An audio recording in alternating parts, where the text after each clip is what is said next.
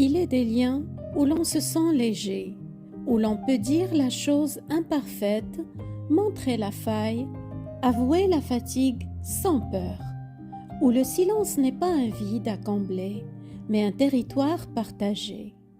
Et il est des liens où l'on porte un costume, où l'on surveille ses mots, où l'on polit ses réactions, où l'on est aimé non pas pour ce que l'on est véritablement, mais juste pour ce que l'on paraît être. Entre les deux, il n'y a pas qu'une différence de confort, il y a un abîme, celui qui sépare le lien authentique du lien conditionnel. Aujourd'hui, dans Au cœur des relations, je vous propose une exploration sans phare, le courage de la rencontre vraie. Cet art fragile et puissant d'être soi, simplement, pleinement dans le champ de vision d'un autre, et d'y trouver non pas un jugement, mais un écho. Que ce lien soit d'amour, d'amitié, de sang ou de collaboration, le mécanisme est le même. L'authenticité est le seul pont durable entre deux êtres. Au micro, c'est Fatem Zahra Alami, témoin de ces moments où un être baisse sa garde et où la relation enfin commence. Mon rôle est d'éclairer ce chemin, non pas pour vous dire qui être, mais pour vous rappeler que le lien le plus précieux est celui qui peut supporter le poids de votre vérité.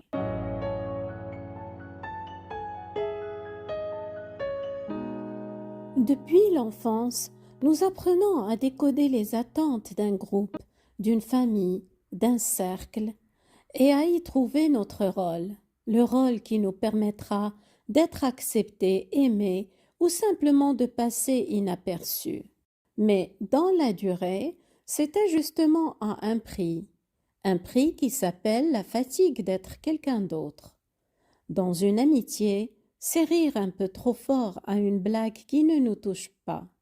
Dans une famille, c'est taire une passion qui dérouterait. Au travail, c'est adopter un jargon, une posture qui ne nous ressemble pas.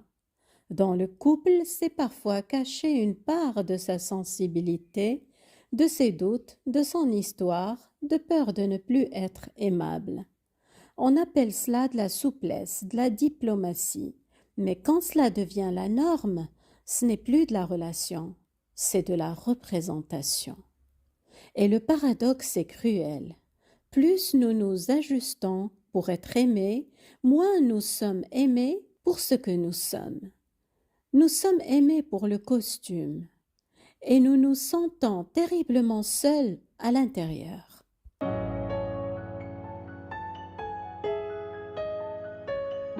Avant d'être un acte relationnel, l'authenticité est un acte intérieur, un retour à son propre centre.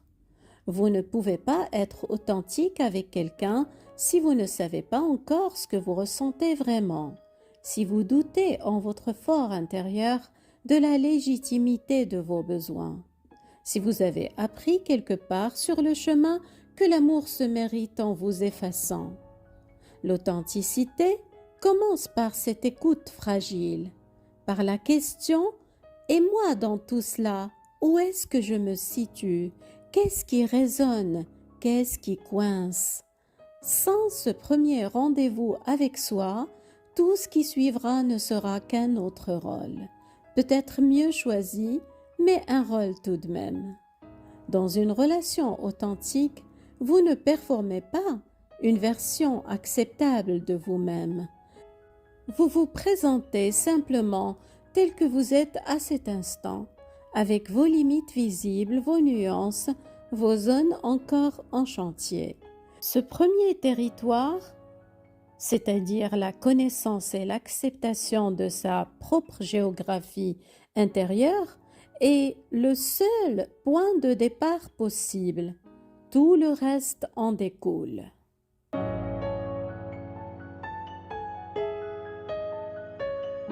Il est crucial ici de dissiper un malentendu. Être authentique, ce n'est pas tout déballer. Ce n'est pas l'exhibition de ses plaies. la confusion entre intimité et intimisme.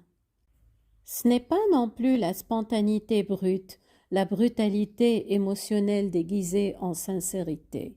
Ce n'est pas le « je suis comme ça, prenez-moi ou laissez-moi » qui est souvent un refus de la responsabilité. L'authenticité mature n'est pas explosive, elle est claire, ancrée, vivante. Elle demande une responsabilité émotionnelle, c'est dire vrai sans blesser. C'est l'alignement entre ce que vous ressentez, ce que vous pensez et ce que vous choisissez de montrer. C'est la fin du décalage intérieur. Cela signifie que vous pouvez choisir de ne pas tout dire, par respect pour l'autre ou pour vous-même, mais que ce que vous dites soit vrai. Vous pouvez garder un jardin secret, mais vous ne prétendez pas que ce jardin n'existe pas. Vous pouvez dire sur ce sujet « je préfère garder mes pensées pour moi » et cette phrase même est une parole authentique. L'authenticité, c'est donc aussi la maîtrise de ses frontières, c'est pouvoir dire oui quand c'est oui et non quand c'est non. Non par agressivité, mais par fidélité à soi. C'est une fidélité qui, vue de l'extérieur, s'appelle l'intégrité.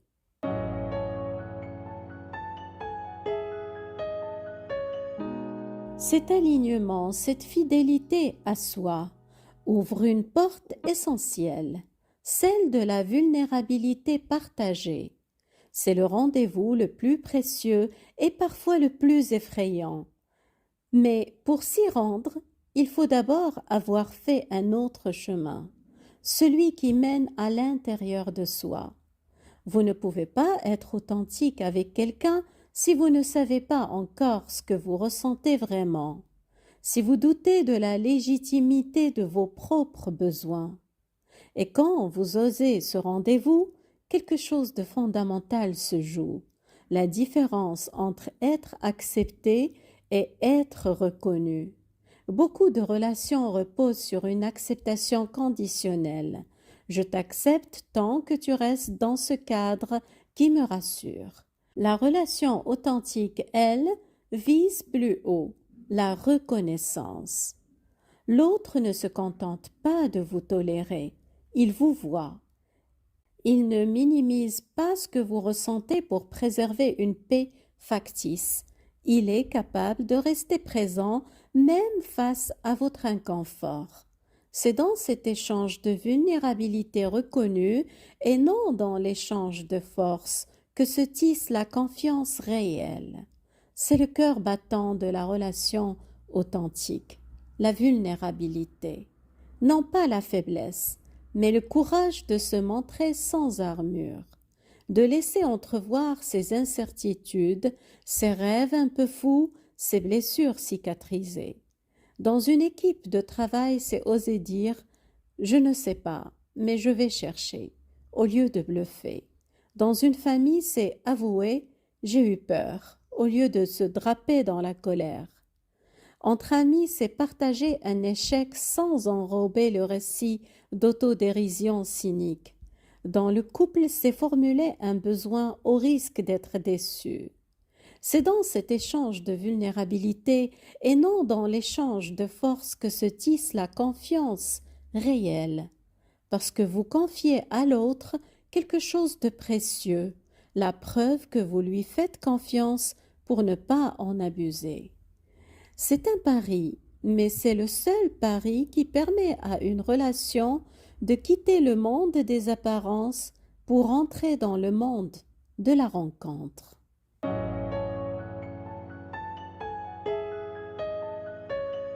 Votre authenticité agit comme un révélateur. Elle expose sans le vouloir les limites de l'authenticité de l'autre.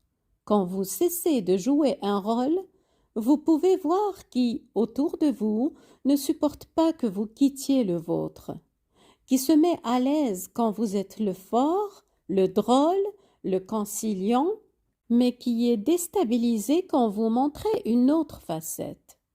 Une relation authentique ne peut être portée par une seule personne. Elle exige un terrain d'accueil. Elle exige que l'autre, à son tour, ait le courage de baisser ses propres masques. Car on ne peut pas être authentique là où l'on se sent en danger. Si chaque émotion devient un débat, si chaque vulnérabilité est plus tard utilisée comme une arme, le cœur apprend à se protéger et à se taire. Une relation authentique est donc avant tout une relation suffisamment sécurisante pour que la vérité ne soit pas une menace. C'est ce socle de sécurité qui permet à l'intégrité, à la sincérité et à la bienveillance de coexister. Parfois, votre authenticité va faire fuir. Elle va révéler que le lien était fondé sur un malentendu, sur l'usage que l'on faisait de vous. Ce n'est pas un échec, c'est un tri, douloureux mais vital. Parfois, au contraire, elle va libérer l'autre. Votre courage va lui donner la permission d'être lui aussi plus vrai. Et là, quelque chose de radicalement nouveau peut naître, une alliance.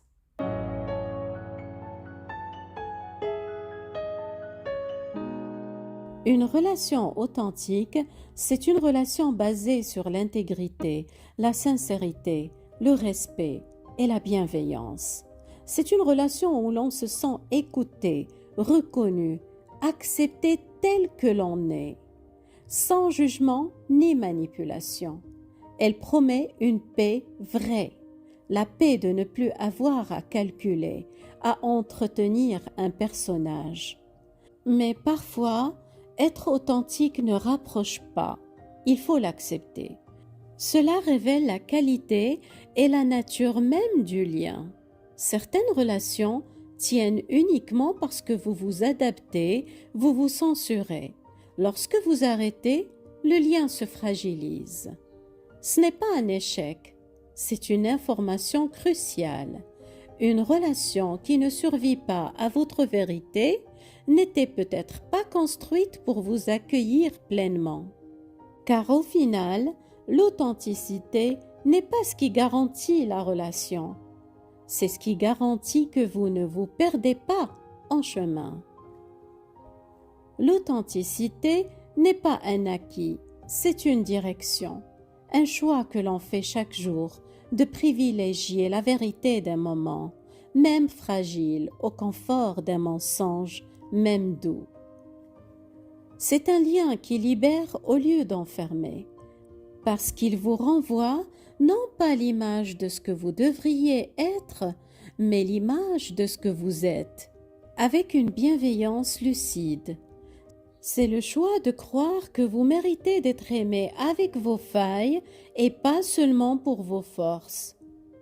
Je vous laisse avec cette question, non pas pour vous inquiéter, mais pour vous orienter.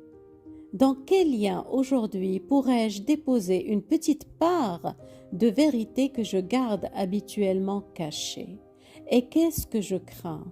Et qu'est-ce que j'espère en le faisant? Merci de m'avoir écouté dans cette quête de vérité et à très bientôt pour continuer de construire au cœur des relations des pans assez solides pour nos vérités. Prenez bien soin de vous.